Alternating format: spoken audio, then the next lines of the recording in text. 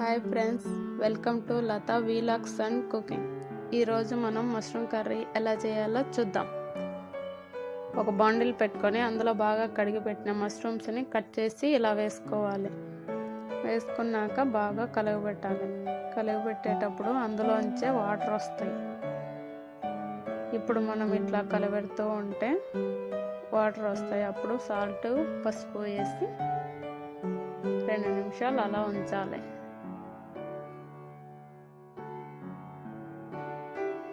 ఇలా మూత పెట్టుకొని 2-3 నిమిషాలు ఉంచాలి. తర్వాత ఈ మూత తీసి పక్కన పెట్టుకోవాలి. పెట్టుకున్న తర్వాత అందులోంచి బాగా వాటర్ ఆవిరవుతూ ఉంటాయి.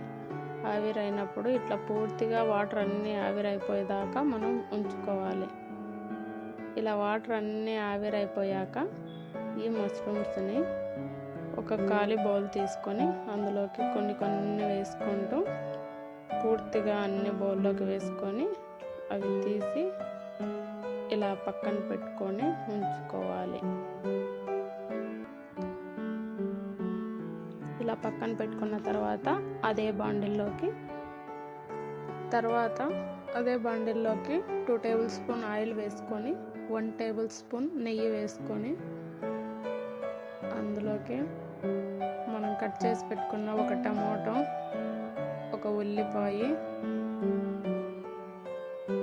4 బాదం పప్పులు, 4 జీడిపప్పులు, కొంచెం అల్లం ముక్క, కొంచెం వెల్లుల్లిపాయ,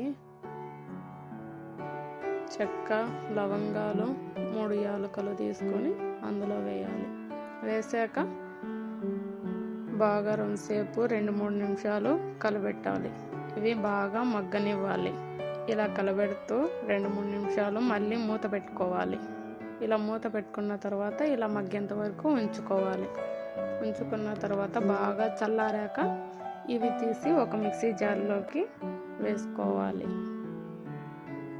ఇలా వేసుకున్న తర్వాత కొంచెం కారం పొడి, కొంచెం ఉప్పు, కొంచెం ధనియాల పొడి వేసుకోవాలి. వీటన్నిటిని మెత్తని పేస్ట్ లాగా చేసి ఇలా పక్కన పెట్టుకోవాలి. ఆ తర్వాత బాండిల్లోకి 2 టేబుల్ స్పూన్ల ఆయిల్ వేసుకొని అందులో కొన్ని పోపులు వేసుకున్న తర్వాత మనం సన్నగా కట్ చేసి పెట్టుకున్న ఒక ఉల్లిపాయ వేసుకొని టమాటా వేసి బాగా కలబెట్టాలి, వేగనివ్వాలి. ఇలా వేయించుకుంటూ ఉన్నాక ఇలా వేసుకున్న తర్వాత 2-3 నిమిషాలు అలా వేగనివ్వాలి. వేగించిన తర్వాత ఇందులోకి కొంచెం కరివేపాకు వేసుకోవాలి. ఇలా కలిగిపెట్టుకుంటూ ఉన్న తర్వాత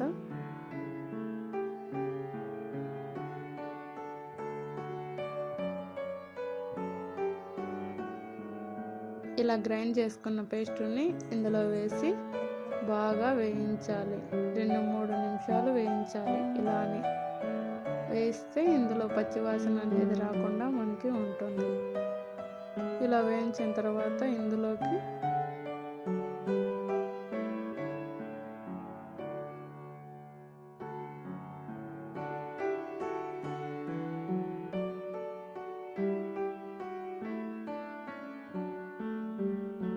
ఇలా వాటర్ యాడ్ చేసుకున్న తర్వాత ఇందులోకి మనం పక్కన బాయిల్ చేసి పెట్టుకున్న మష్రూమ్స్ ఉన్నాయి కదా గిన్నెలోకి, ఆ మష్రూమ్స్ తీసుకొని ఇందులోకి వేసుకోవాలి.